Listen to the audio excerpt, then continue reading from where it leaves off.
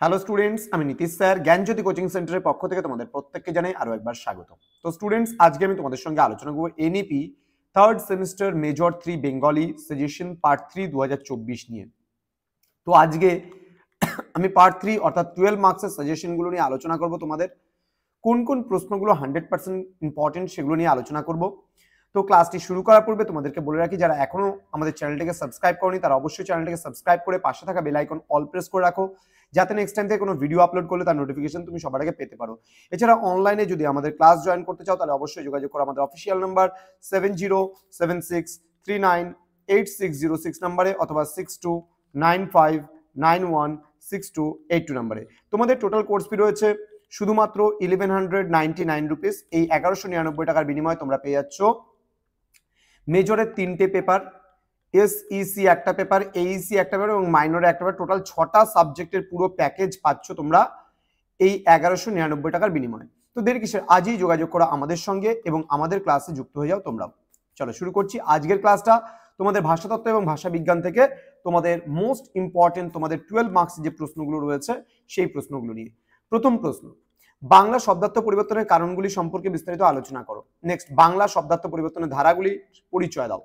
Next, Bangla ভাষার ধ্বনি পরিবর্তনের প্রধান প্রধান রীতি প্রকৃতিগুলি আলোচনা করো অথবা ধ্বনি পরিবর্তনের কারণগুলি আলোচনা করো। পরবর্তী প্রশ্ন, উপভাষার সংজ্ঞা দাও। বাংলা উপভাষার বা বাংলা ভাষার উপভাষা কয়টি ও কি কি? উপভাষাগুলি কোন কোন অঞ্চলে প্রচলিত তা আলোচনা করো। প্রত্যেকটি উপভাষার ধ্বনিতাত্ত্বিক ও রূপতাত্ত্বিক বৈশিষ্ট্য সম্পর্কে আলোচনা করো। অথবা দিয়ে প্রশ্ন আসতে পারে, রাঢ়ী উপভাষা ও বঙ্গালী উপভাষা ধ্বনিতাত্ত্বিক ও রূপতাত্ত্বিক বৈশিষ্ট্য লেখো। এখান থেকেই হয়ে যাবে। নেক্সট, ঝাড়খণ্ডী উপভাষা ও বরেন্দ্রী উপভাষার ধ্বনিতাত্ত্বিক ও রূপতাত্ত্বিক বৈশিষ্ট্য আলোচনা করো। এখান থেকেই হয়ে যাবে। নেক্সট, কামরূপী উপভাষা ধ্বনিতাত্ত্বিক ও রূপতাত্ত্বিক বৈশিষ্ট্য আলোচনা করো। এখান থেকেই হয়ে যাবে। পরবর্তী প্রশ্ন, প্রাচীন বাংলা ভাষার কালপর্ব নির্ণয় করো, বৈশিষ্ট্যগুলি আলোচনা করো। দেন, মধ্যযুগের কয়টি স্তর, স্তরগুলির সময় পর্ব নির্ণয় করো। যে কোনো একটি স্তরের ধ্বনিতাত্ত্বিক বৈশিষ্ট্যগুলি আলোচনা করো। পরবর্তী প্রশ্নে আমরা চলে আসব, আধুনিক যুগের সময়সীমা নির্দেশ করো।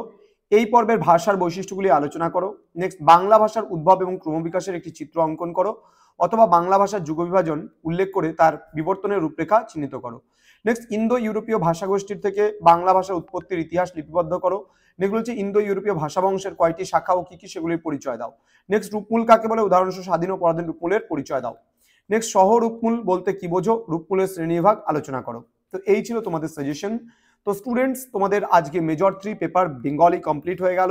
তো এরপরে আমরা মেজর 4 এর সাজেশনস গুলো খুব তাড়াতাড়ি নিয়ে আসবো। তো তোমরা যারা এখনো আমাদের জ্ঞানজ্যোতি কোচিং সেন্টার অফিসিয়াল ইউটিউব চ্যানেলটিকে সাবস্ক্রাইব করনি তারা অবশ্যই চ্যানেলটিকে সাবস্ক্রাইব করে পাশে থাকা বেল আইকন অল প্রেস করে রাখো, যাতে নেক্সট টাইম থেকে কোনো ভিডিও আপলোড করলে তার নোটিফিকেশন তুমি সবার আগে পেতে পারো। এছাড়া এই সেমিস্টার বা পরবর্তী সেমিস্টারে যদি আমাদের কাছে অনলাইনে জয়েন হতে চাও তাহলে অবশ্যই যোগাযোগ করবে আমাদের অফিসিয়াল নাম্বার 6295916282 এবং 7076398606 নাম্বারে। আমাদের অফিসিয়াল ওয়েবসাইট www.gyanjyoti.info অথবা নীলস নিভা নামেও আমাদের ইউটিউব চ্যানেলে তোমরা ভিজিট করতে পারো। দেখা হচ্ছে আরো একটা নতুন ক্লাস নিয়ে। তোমরা প্রত্যেকে ভালো থেকো, সুস্থ থেকো। Thank you so much. Thanks for watching. After all, thank you.